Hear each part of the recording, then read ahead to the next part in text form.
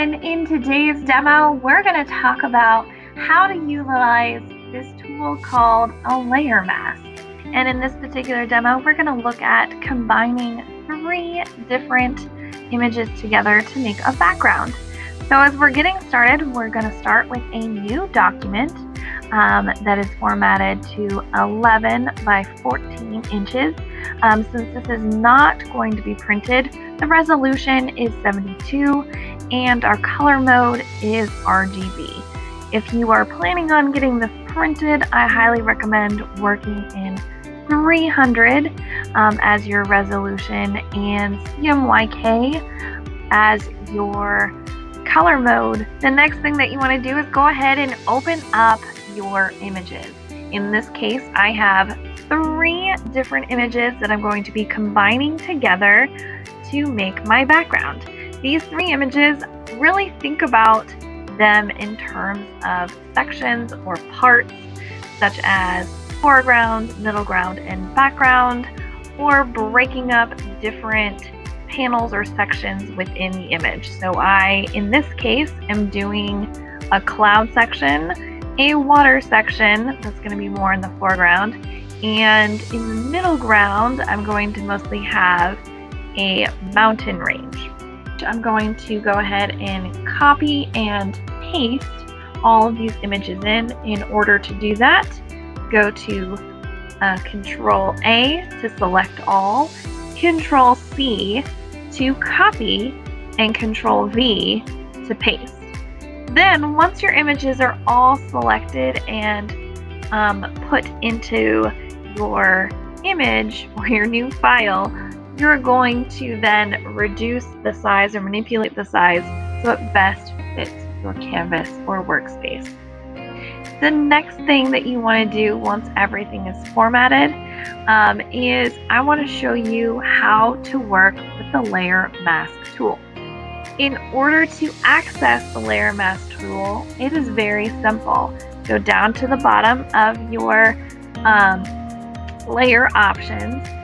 You should see an icon that has a white rectangle with a black dot in the center. That is your layer mask. Once you click on that, it'll open up a separate image next to your preview image. You can see that I have a little white box next to my preview image, and that is where you will manipulate the layer mask. So in order to manipulate the layer mask, make sure first that it is selected. Then you can play around with it using black and white as your main tone, and you can play around with this with a paintbrush. If you use the paintbrush, white means that it will restore your image, and black is to erase or black it out. This is a great tool to utilize, especially when you're combining multiple images together, because you have that safety net knowing that your work can always be fixed. In this case, the next thing I want to do is I am working with the gradient tool. So the gradient tool is a great way to make a smooth transition between one image into another. And you get to control how much one image moves into the next. So as you can see here, I am playing around with my adjustments. So I want to make it so it's nice and smooth, so there's no harsh lines or harsh edges, and it should feel pretty continuous.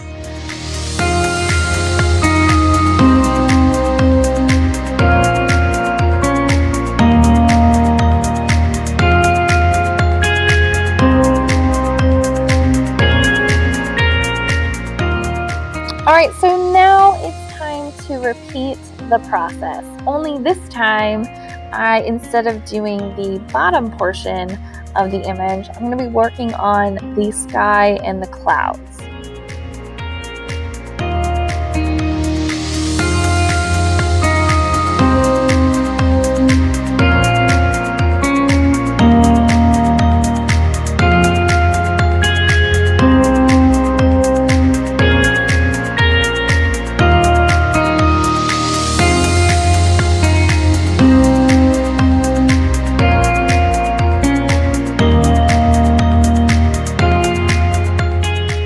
Don't forget to save your work as well. So save both the Photoshop file in case you need to go back and edit it, and also save your JPEG. All right, so this concludes this tutorial. Thank you so much for watching.